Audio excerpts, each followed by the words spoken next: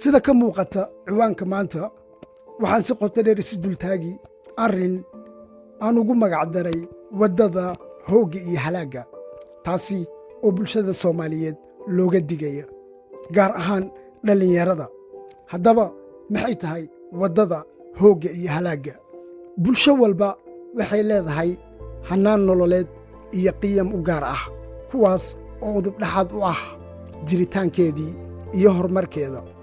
ka bulsho ahaan Soomaalida waxaa hagta halbeegyo waaweyn sida diinta Islaamka iyo dhaqankeenna suuban. hase yeeshee waayaha dunida iyo isbeddelada xawliga ku socdo waxay bulshada Soomaaliyeed kala kulmeen caqabado cusub oo khatar ku ah midnimada dhaqanka wanaagsan iyo nolosha guud. dhanka kale waxaa iyadana xusid mudan isbeddelada ay dunidu la jaanqaaday in ay sidoo kale xambaarsan yihiin fursado tirabeel ah. caqabadda aynu maanta ka hadlayno waa mid si qarsoodi ah bulshada Soomaaliyeed ugu faafaysa, waana khamaarka, gaar ahaan ka online-ka oo ah dabeecad halis badan oo si dhaqso ah u aafaysa qofka iyo guud ahaan bulshada. waa waddo qofka cagta saara u horseedo hoog iyo halaag si weyn u saameeya noloshiisa. haddaba waa maxay khamaarku? horta khamaarkani waxa weeyaan waa ciyaar cusub oo online ah oo runtii adduunkana aad ugu baahday khatarteedana leh. waa aafo socoto waay one xbet waxa la loo keenay wiilka Soomaaliyeed ardayga $3 $4 shahaad ku helay ama lacagta la rabay iskuulka inuu ku dhigo one xbet oo kula ordaa asagoo raadinaya wax badan inuu wax keelo. weligeed lama sheegin khamaar laga taajiray, ma fahanti? waa maysir waay, cilmi la sameeyo, amal la sameeyo, kan ugu xun ee Ilaahay kaaga caroodi waay, rijzu min amal shaydaan waay.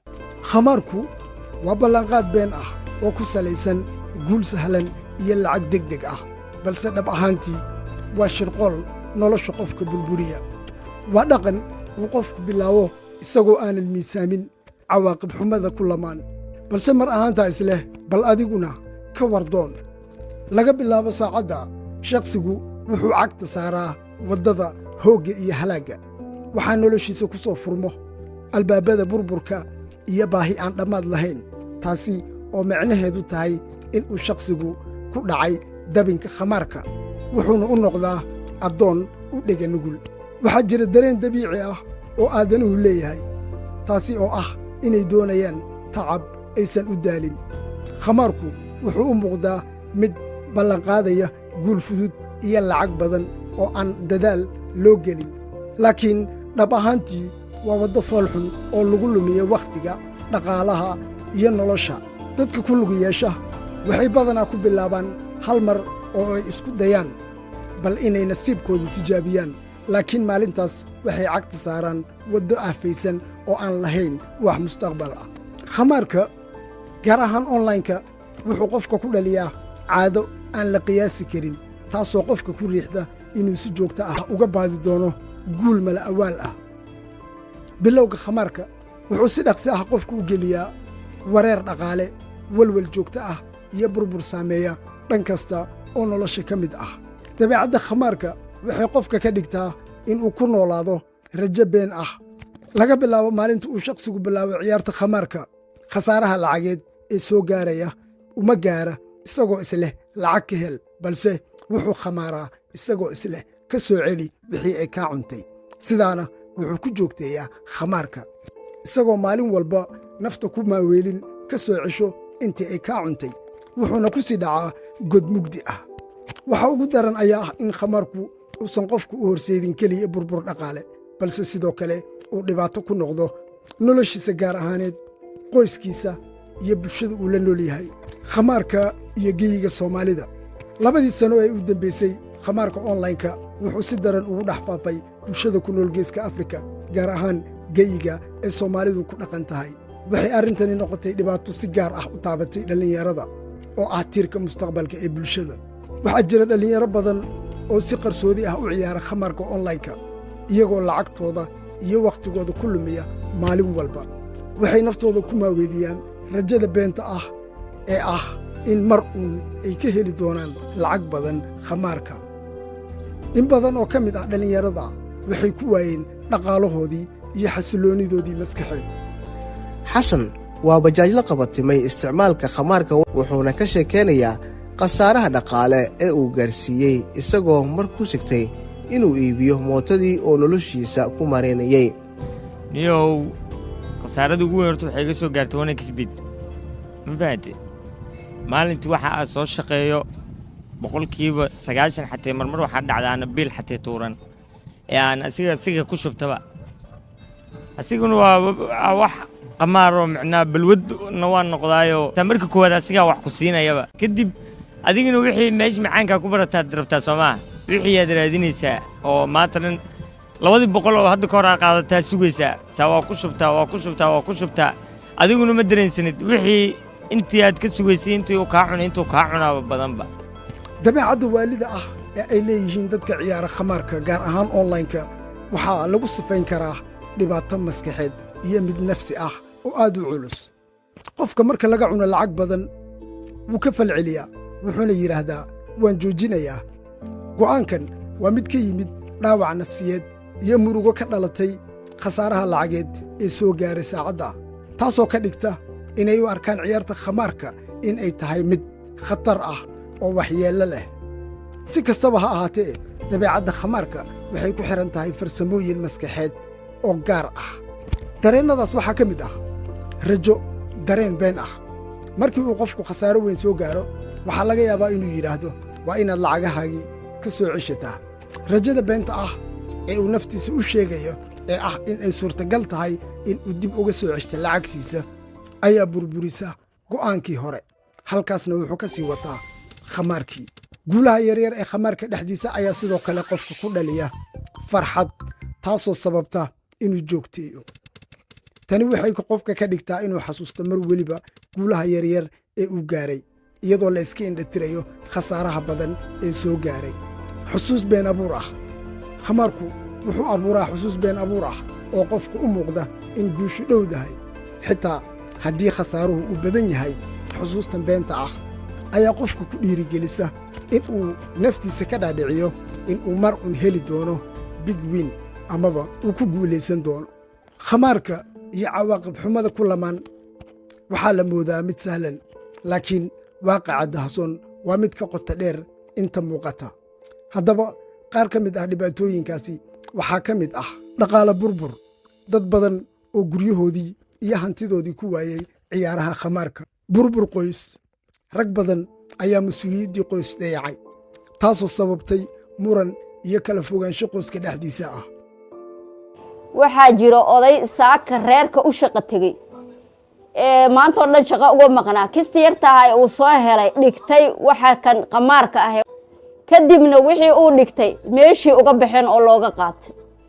markuu kabacdi ku soo laabtay reerkiisana ay isqabteen isaga iyo maamadii haweenayda uu qabo carruurta u hayso guriga joogtay. halkaasna uu ka dhacay burbur qoys oo qoyskiisaas ku kala tagaan. dhibaato maskaxeed. qofka khamaarka qabatimay ama la qabsado wuxuu ku nool yahay walwal joogto ah. wuxuu dareemaa cidlo, waxaana ku adkaata inuu nolosha caadiga ah la qabsado. saamaynta dhanka bulshada. khamaarku wuxuu hoos u dhigaa iskuduubnida bulshada iyo akhlaaqdii wanaagsanayd ee bulshadeenna lagu yaqaanay. xitaa waxaa jira dhallinyaro naftooda ku waayey khasaaraha dhaqaale ee khamaarka ka soo gaaray awgeed. hooye caashe maxamed waxay dulmano u tahay wanexbid oo galaaftay nolosha wiilkeedii ay ugu jeclay dunida, waxaanay daris la noqotay murugo joogtaa. gurigan iga dambeeya waxaa ku nool caashe maxamed nuur. waa hooyada dhashay allaha u naxariistee marxuum jimcaale jaamac daahir. waa marxuum dhowaan ku dhintay magaalada hargeysa kadib markii uu hantidiisu ku waayey brogramka wanexbidka, kaasi oo ay kaga dhuntay hanti dhan $8,000 Maraykanka iyo sidoo kale baabuur uu lahaa, kadibna wuu iibiyey oo uu isticmaalay barnaamijkaasi. gurigan waxaa ka taagan murugo joogtaa kadib geeridii inankaasi. ugu horrayn walaalkii ayaa ka warramay siday wax u dhaceen. wixii ilaahay qadara cidi oo lulmayso. walaalkay jimcaale jaamac daahir wuxuu ahaa nin shaqaysta. bahashan la yidhaahdo magaceeda ma karaanu wanexbidta ayuu galay. adugu lacag laasteedkunaba kaga baxday ilaa gaadhigii uu watay uu habeenkaasii iibiyey. 3 habeennimo 2 markii waanagay soo garaacay habeennimo. waan ka qaban waaye ilaahay baan qadarin kamaan qabanin waan shaqo tegey dadkan isbanka shaqeeyaan ahay 7 subaxnimo ayuunbaa laygu yidhi walaalkaa istabay waxaa kale oo jira qaar ay ku burburtay noloshooda sida ku lamaan qisada xasan haddaba maxay tahay qisada xasan iyo hoos u dhaca ku yimid noloshiisa ee uu ku dhaliyey khamaarka xasan wuxuu ahaa wiil dhallinyaro firfircoon oo noloshiisa ku dhisan kartidiisa isla markaana shaqo fiican ka haystay shirkad maxalli ah maalintii uu isku dayey khamaarka wuxuu ku guulaystay lacag yar oo u muuqatay guul sahlan guushaas degdega ah waxay ku keentay inuu aamino inuu si fudud lacag badan uga heli karo khamaarka wuxuu bilaabay inuu lacagtiisii shaqada oo dhan geliyo ciyaaraha khamaarka bilooyin kadib xasan wuxuu waayey dhammaan dhaqaalihii uu haystay halkii uu ka joojin lahaa wuxuu deen ka qaatay saaxiibbadiis si uu khasaarahaas uga soo kabsado waxa uu dayacay shaqadiisii xiriirkii qoyskiisa burbur xooggan oo dhan kasta leh ayaa noloshiisa ku habsaday wuxuu noqday mid cidlo ku nool isla markaana ku dhex wareegaya jahwareer iyo welwel joogto ah wuxuu ku waayey shaqadiisii kalsoonidii qoyskiisa iyo fursadihii uu nolosha ku dhisi lahaa isagoo lugaha la galay dayn xaddhaaf ah iyo murugo iyo kalinimo markii uu garwaaqsaday in khamaarku yahay hoog iyo halaag aan dhammaad lahayn wuxuu go'aansaday inuu joojiya in kasta oo uu waayey waxyaabo badan oo uu qiimayn jiray xasan wuxuu bartay in nasiibku uusan ahayn waddo lagu dhiso nolosha wuxuuna naftiisa ka ballanqaaday inuu dib uga soo kabsado qaladaadkiisii isagoo ka fogaanaya dariiqa hoogga ah ee uu cagta saaray haddaba diinta islaamka maxay ka qabtaa khamaarkan khasaaraha gaarsiinaya dhaqaalaha dadka u bareeray waa kan sheekh maxamed cali maxamed oo sharaxaya aayadaha ku soo arooray khamaarka ee ku jira qur-aanka kariimka khamaarku xaaraam weeyaan haddaad inta lacag meel dhigato aad tiraahdo waa khamaar haddaad iga hesho intaasaan ku siinaa ama intaasaa ii koraysa sidaas haddii aad u khamaarto oo lacagtaas ku khamaarto xaaraam weeye ilaah ma ogola subxaanahu wa tacaala walidaasaa darteed ilaahay wuxuu leeyahay inamaa in kale maahan alkhamru khamradii walmaysiru khamaarkii bianwaacihi iyadoo khamaarka aan la kala soocayn oon la kala faahfaahinayn oon la kala bixbixinayn iyo wal ansaabu asnaamtii oo la caabudo wal aslaamu qorituurkii waa soo sheegnay rijsun qurun weeyaanu ilaahay leeyahay subxaanahu wa tacaala qurinkaasoo min camali shaydaani shaydaan xaggiisa ka ahaaday ee fajtanibuu ka dheeraada hu maxaanku idhaahday rijsiga ka dheeraada lacalakum waxaa mudantihi tuflixuuna dabuubta oo kooban khamaarku waa waddo aan lahayn guul iyo mustaqbal waa dariiq qofka ka fogeeya qoyskiisa bulshada iyo guud ahaan wanaagga oo dhan bulshada soomaaliyeed gaar ahaan dhallinyarada waxaa lagama maarmaan ah in la baraarujiyo oo la fahamsiiyo khataraha uu leeyahay khamaarku isla markaana la dhiirigeliyo inay ku noolaadaan nolol tacab iyo halgan ku dhisan aniguna walaalahayga ugu jira halganka si ay uga xoroobaan aafada khamaarka waxaan kula talin ku xirnow diinta islaamka iyo dhaqanka suuban ee soomaalida kuwaasoo hagaya nolosha wanaagsan isla markaana salaadda ku dadaal ka fogow dhammaan waddooyinka halista ah sida khamaarka iyo waxyaabaha u horseeda joogtayntiisa ka fogow dhammaan waddooyinka halista ah sida khamaarka iyo waxyaabaha horseeda la qabsigiisa dowladdu waa inay qaaddo tallaabo sharci ah oo lagu xakamaynayo ciyaaraha khamaarka onlaynka dhanka kale bulshadu waa inay ka qayb qaadataa wacyigelinta dadka gaar ahaan dhallinyarada si looga hortago waxyeellada khamaarka gunaanad khaas ah muuqaalkan waa kii iigu wakhtiga dheeraa ee aan muddo badan ku bixiyo inaan sameeyo anigoo u gool leh inaan gunteeda gaaro godobta dahsoon ee ku lamaan khamaarka waxaan isku dayey inaan fahmo dareenka waalida ah ee dabeecadda khamaarka iyo dhibaatadiisa mugdiga ah waxaan aaminsanahay in daawaduhu uu ka heli doono faa'iido muuqaalkan iyo talooyinka uu xambaarsan yahay wax kasta oo khayr ah oo muuqaalkan laga helo alleha naga dhigo kuwii ka faa'iidaysta dhammaanteen waa anigoo ah maxamed cabdulaahi walaal qalbi ammaane allah aad baad u mahadsantihiin